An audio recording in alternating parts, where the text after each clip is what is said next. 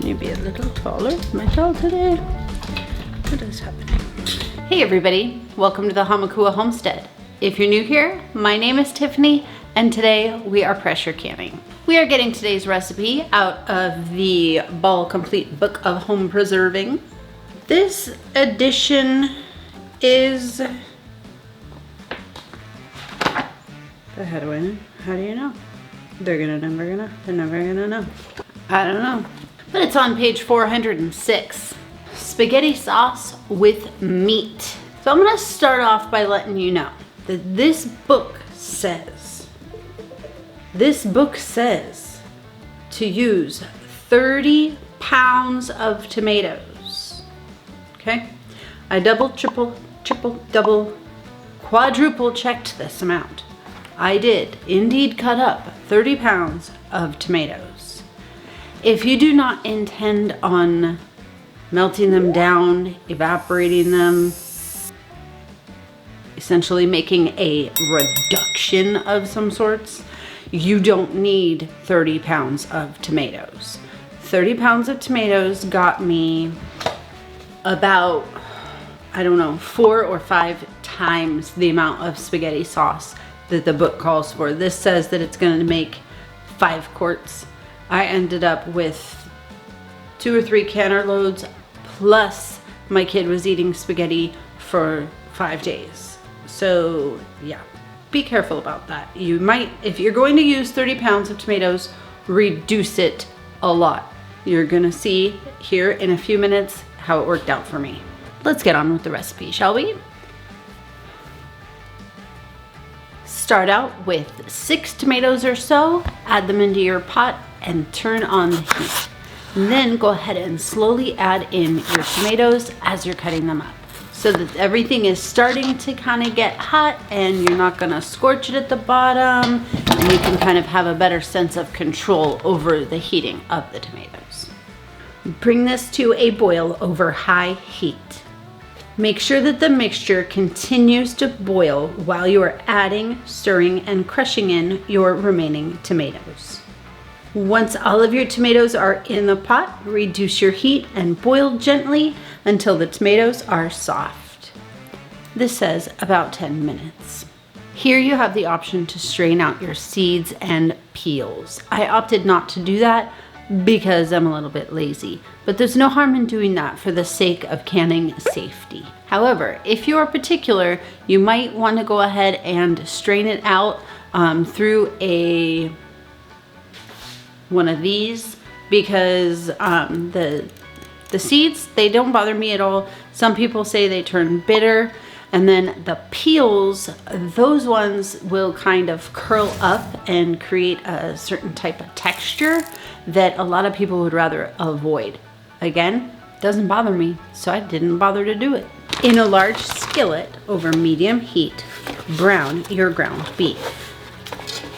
For a singular recipe, you're going to use 2.5 pounds of ground beef. Cook your beef until it is no longer pink. It does not have to be cooked all the way through.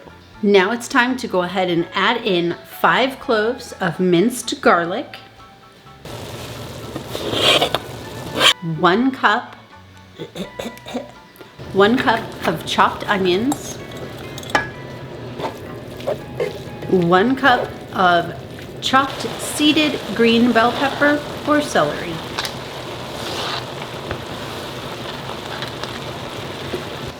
1 pound of sliced mushrooms. Mushrooms are optional.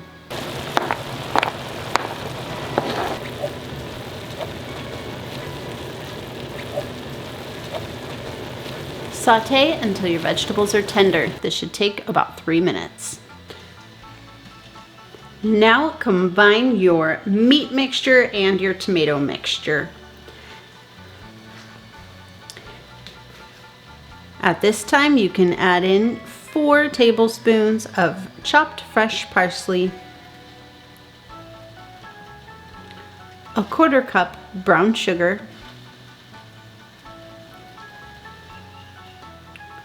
2 tablespoons dried oregano,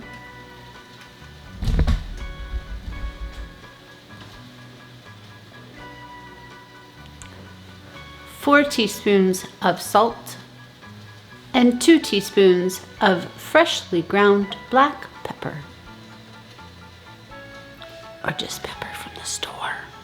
Bring to a boil over medium-high heat and boil, stirring occasionally, for 5 minutes until it is heated all the way through.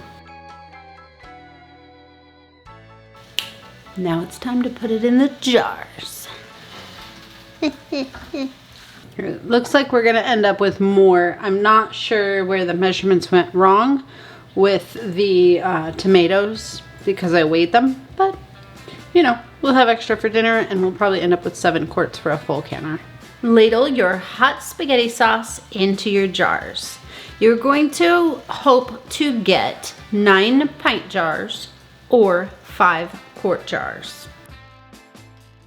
I ended up with a lot more than that, and I am not sad about it. Leave 1 inch headspace. Remove your air bubbles and adjust your headspace if necessary.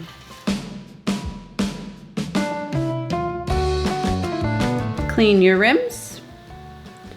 Place your lids and your rings fingertip tight. Now toss them. Don't toss them. Now put them into your pressure canner. That's all there is to it. Now take them out. Leave your jars to set out on the counter for 24 hours. Make sure that they're all sealed. Wash your jars, put them away, and enjoy spaghetti for years to come if you end up with the amount that I have. So here is a little example right there. That's what happens when you don't peel your tomatoes. Like I said, it doesn't bother me, but there's an actual visual for you. They turn into like these little spears. They're not sharp spears by any means, but they just kind of curl up and they have a texture. And I am usually one that has major issues with texture. It doesn't bother me, so I don't go through the trouble because that would take a long time to peel 30 pounds of tomatoes. That's gonna do it for today, you guys. Thank you so much for joining me today on the Hamakua Homestead. I'll see you again soon.